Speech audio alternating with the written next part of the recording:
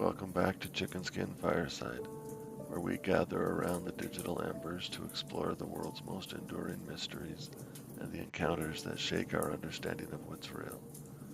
Tonight we pay tribute to a man whose scientific rigor and personal journey profoundly shaped the modern search for Bigfoot, Sasquatch, the elusive North American ape. We're talking about Dr. Jeff Meldrum.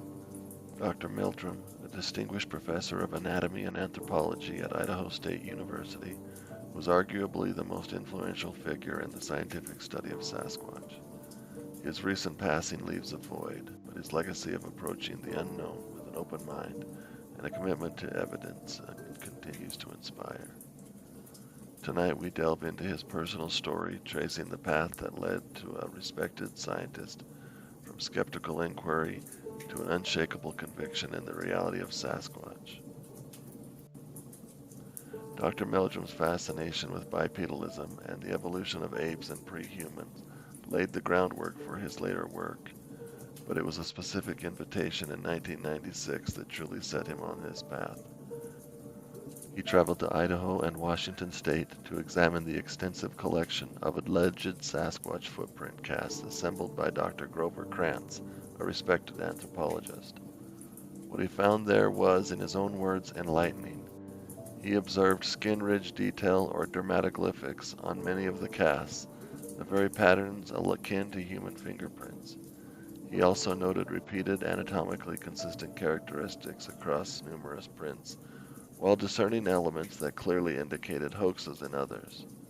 This meticulous examination of physical evidence, rather than mere anecdotes, began to reshape his perspective. But the real turning point, the moment that profoundly deepened his intrigue, came shortly after, in the foothills of the Blue Mountains in southeastern Washington. Dr. Meldrum made a last-minute decision to detour to Walla Walla to examine tracks found by a local man named Paul Freeman.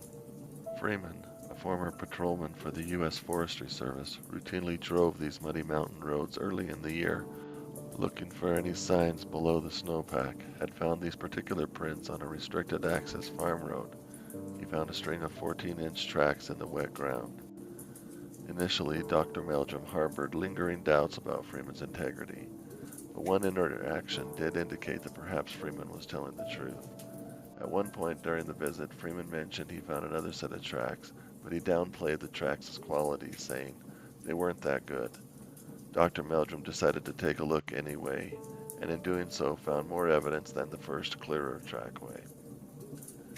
He and his brother Mike, along with Freeman, surveyed the scene, taking careful measurements and snapping photographs. Dr. Meldrum noted the distinct skin ridge detail or dermatoglyphics, although it was fading in the drizzling rain. The tracks, consistently 14 inches long by 5 inches wide, were fresh, likely made the preceding night or early hours of that very Sunday morning, consistent with the recent weather. What truly stood out were the signs of dynamic compression and a compliant active foot. He observed distinct tension cracks at the margins and pressure ridges with expansion cracks. The toes were somewhat extended, sometimes curled, with the fourth and fifth digits often discernible. In some prints, the toes were pressed into the ground beneath the weight of the forefoot or heel, indicating significant flexibility. One particular footprint captivated him. It seemed to altogether lack a heel imprint. This indicated an incredible degree of flexibility in the midfoot, a characteristic not typical of humans, but something Dr. Meldrum, as an expert in primate locomotion and anatomy, immediately recognized as profound. The print was over 2 inches deep in the mud, with splayed marginal toes, and he even noted that while 3 toe segments were discernible, the little toe only had 2. He described the moment as one where the subtle detail of skeletal anatomy made the hair stand up on the back of my neck. Following the tracks, Dr. Meldrum and his brother observed a deliberate evasive maneuver. Freeman described how the track maker had executed a hairpin loop in the soft soil of the adjacent plowed field, turning back right near where their truck was parked, seemingly to avoid being seen from the road. This wasn't a casual stroll. It was a conscious, intelligent effort to avoid detection.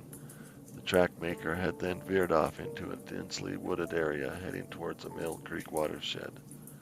Dr. Meldrum also noted a unique half-track with toe slippage, which he later compared to his own wet tracks in Oregon, finding distinct differences.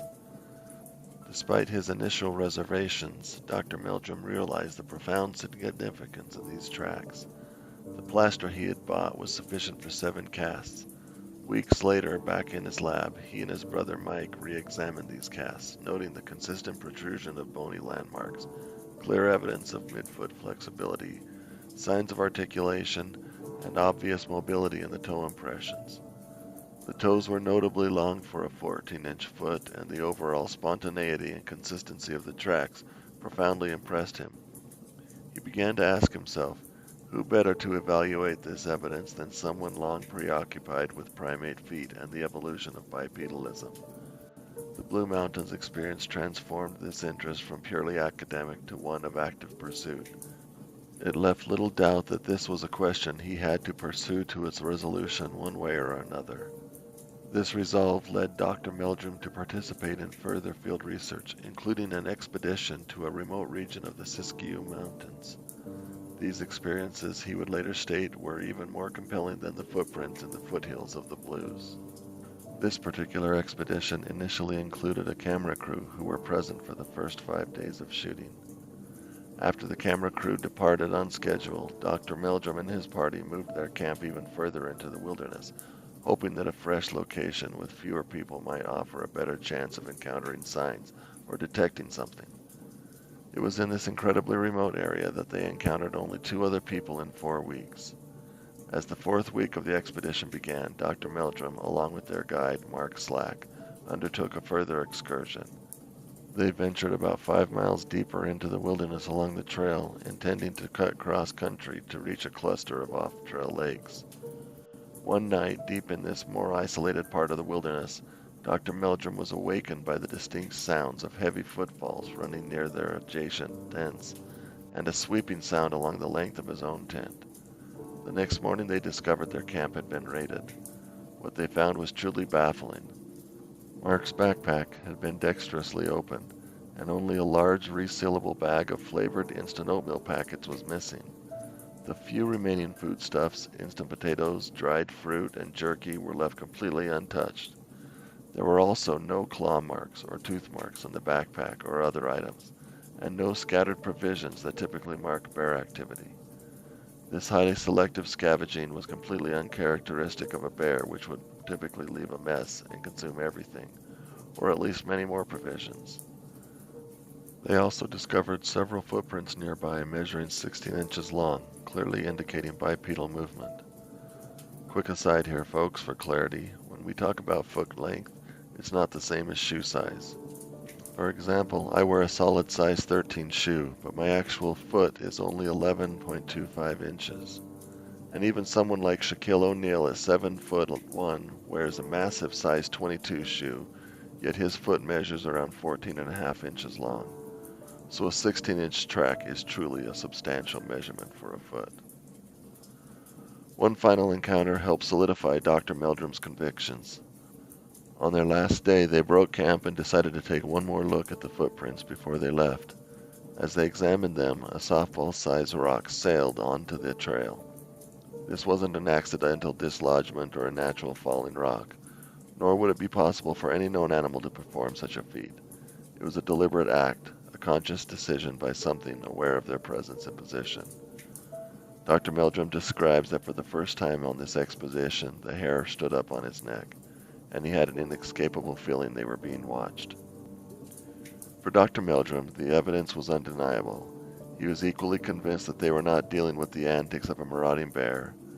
The intelligent selective behavior and lack of typical animal signs, coupled with the large bipedal footprint, solidified his conviction.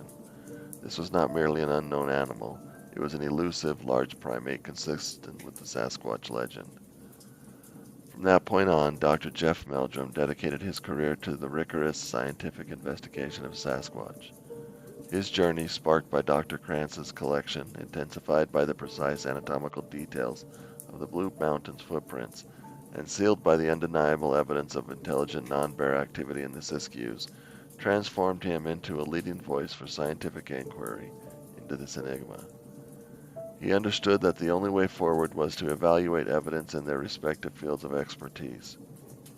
Dr. Meldrum's legacy is one of courage, the courage to follow evidence wherever it leads, even into controversial territory, and the courage to challenge conventional wisdom with scientific integrity. His work reminds us that the unknown isn't something to fear, but something to explore with curiosity, respect, and an unwavering commitment to truth. Thank you for joining us at Chicken Skin Fireside tonight as we honor the incredible journey of Dr. Jeff Meldrum. May his spirit of inquiry continue to illuminate the path forward for all who seek to understand the mysteries that linger just beyond the campfire's glow. We'll see you next time.